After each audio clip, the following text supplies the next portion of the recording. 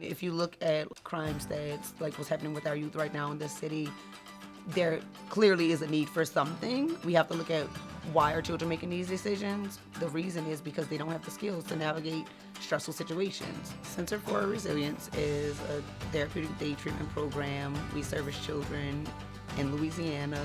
Their schools refer them to us, and we give them skills to be successful in a traditional school setting.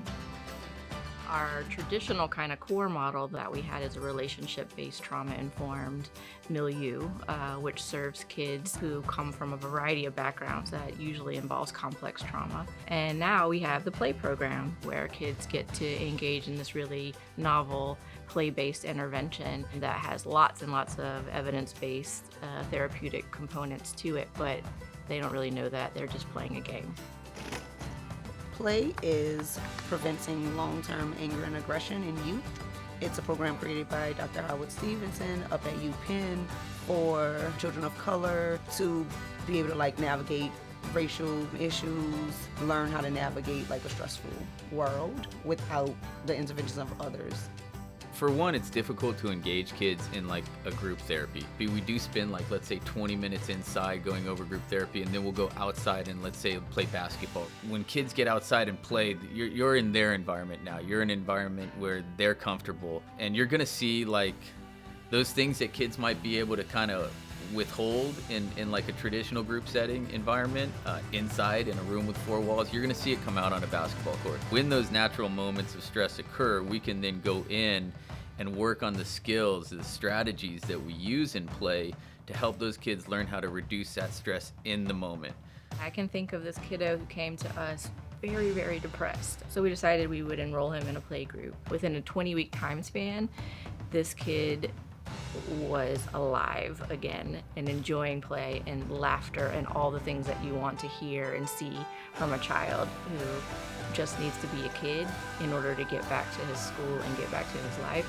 It was happening. Life is hard, and it's hard if you're 5 or if you're 55, right? People think that little people should not have big feelings, except in their behavior, they're showing us that they have big feelings. They would not be blowing up, flipping desks, turning things over if they weren't experiencing a big feeling. That comes from somewhere, right? You just don't walk in and say, I feel happy, let me destroy this space. You're feeling something that's not happy, let's think about what that is, how to navigate it, and what can we do when you're feeling like that to make a better choice next time.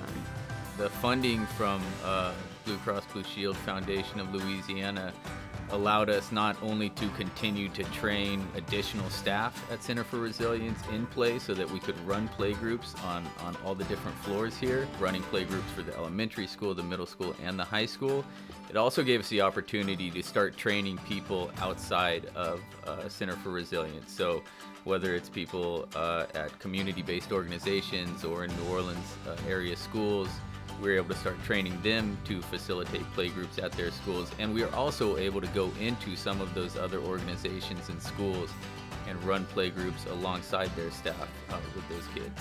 When Center for Resilience submitted a proposal that looked to implement the PLAY program, we were overly excited because it was a true connection and things that we thought were important for young people in our town. And this program also had the potential have long-term impacts on young people in the way they interface with each other, the way they deal with conflict, the way they deal with racial discrimination and racial issues. And so it was really quite appropriate for this time. We talk a lot about how imagine in 60 seconds if a child is involved in an incident where there's high conflict, that 60 seconds can often end in really devastating violence, if not death. And what we're trying to do is not say, you don't have to fight, you don't have to run away. We're not trying to tell you how to respond, but what we're trying to do is slow you down enough to make a decision that's right for you in that moment. And we're finding that the right decision usually ends up being neither fight or flight. Communicating, regulating yourself is what kids are doing more and more.